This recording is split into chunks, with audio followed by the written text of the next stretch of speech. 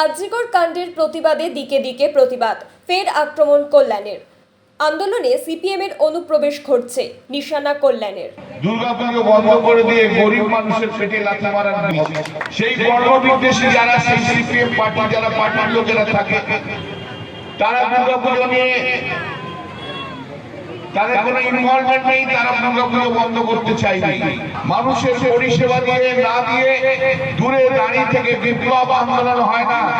মানুষ যদি জাগ্রত হবে, মানুষের বিরুদ্ধে যে আন্দোলন, মানুষের পরিষেবা বন্ধ করে দেওয়ার জন্য যে আন্দোলন, সেই আন্দোলন কখনো সার্থকতায় রূপান্তরিত হতে পারে না। এটা অসম্ভব ব্যাপার।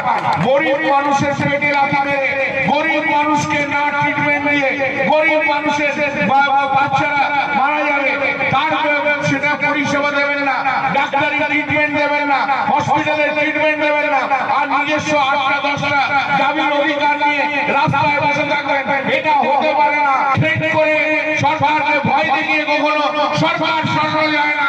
কয়েকটা ধারা যে কালচার পশ্চিম বাংলায় হয় না। যারা বলেছিল এই আজাদি ছুটা হয়, আজ তারা বলছে আজাদি চাই, আজাদি চাই।